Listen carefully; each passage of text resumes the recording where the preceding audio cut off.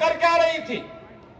इनकी जब सरकारें थी, गरीब भूखों मरता था, ठंड से ठिठुरने के लिए मजबूर होता था, बीमारी में, स्वास्थ्य सुविधाओं के अभाव में दम तोड़ता था, और इनकी संवेदना तब गरीब के प्रति नहीं होती थी। याद करिए, ये समाजवादी पार्टी के लोग जब इनकी सरकारें हुआ करती थी, तब अयोध्या में आतंकी हमला करने वाले आतंकवादियों के मुकदमों को वापस लेने में रुचि लेते थे। इन्होंने रामपुर में सीआरपीएफ कैंप पर आतंकी हमला करने वाले आतंकवादियों के मुकदमों को वापस लिया था। इन लोगों ने उस समय काशी में संकट मोचन मंदिर पर हमला करने वाले आतंकवादियों के मुकदमों को वापस लिया था।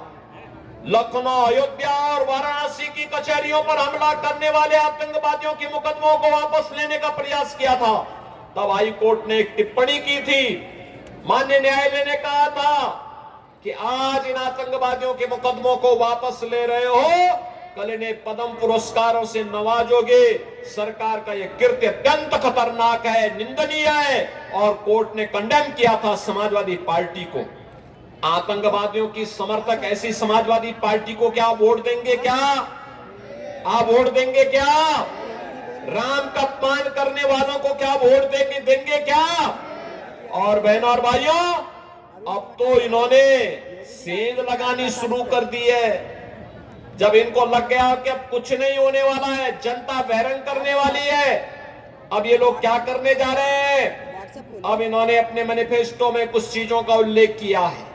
क्या कहा है? कहा है कि अगर कांग्रेस और समाजवादी पार्टी की सरकार आती है तो पिछड़ी जाति को मिलने वाले आरक्षण में से एक हिस्सा मुसलमानों को दे देंगे। क्या हिंदुस्तान स्वीकार करेगा? क्या अनुसूचित जाति जनजाति को मिलने वाले आरक्षण में से एक हिस्सा काट करके मुसलमानों को दे देंगे? क्या हिंदुस्तान इसको स्वीकार करेगा? क्या? अरे ये बाबा साहब भीमराव अंबेडकर का अपमान है। कांग्रेस ने बाबा साहब भीमराव अंबेडकर का हमेशा अपमान किया, समाजवादी पार्टी ने भी बाबा साहब भीमराव अंबेडकर का अपमान किया, और आज ये आपके आरक्षण के अधिकार पर भी सेंध लगाने का कुत्सित प्रयास कर रहे हैं। कांग्रेस और समाजवादी पार्टी के इन मंसूबों को हमें पूरा नहीं होने देना है। और इस दिशा से मोदी जी ने कहा है, आत्मनिर्भर भारत और विकसित भारत बनाने के लिए, आत्मनिर्भर भारत का मतलब हर नौजवान आत्मनिर्भर होगा, उसके हाथ को कार्य होगा। आत्मनिर्भरता का मतलब हर अन्नदाता किसान आत्मनिर्भर होगा। आत्मनिर्भरता का मतलब हर महिला आत्मनिर्भर होगी। 3 करोड़ ड्रोन दीदी बनाने का एक लक्ष्य प्रधानमंत्री मोदी जी ने दिया है। इन्हें लखपति दीदी के रूप में हम बनाएंगे। यह काम मोदी जी ने अभी से काम करना प्रारंभ कर दिया है। व्यापारी के व्यापार को आगे बढ़ाने के लिए तमाम योजनाएं आएंगी।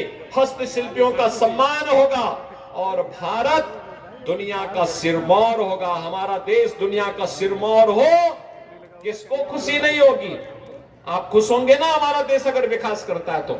हमारे देश का विकास का मतलब आप सबका विकास, हर गांव का, हर गरीब का, हर किसान का, हर नौजवान का, हर महिला का, हर एक का विकास। और इसीलिए हम लोग आए हैं, हमें विकसित भारत के लिए इस चुनाव में वोट करना है। आप सहमत हैं? मोदी जी के साथ सब खड़े हैं ना?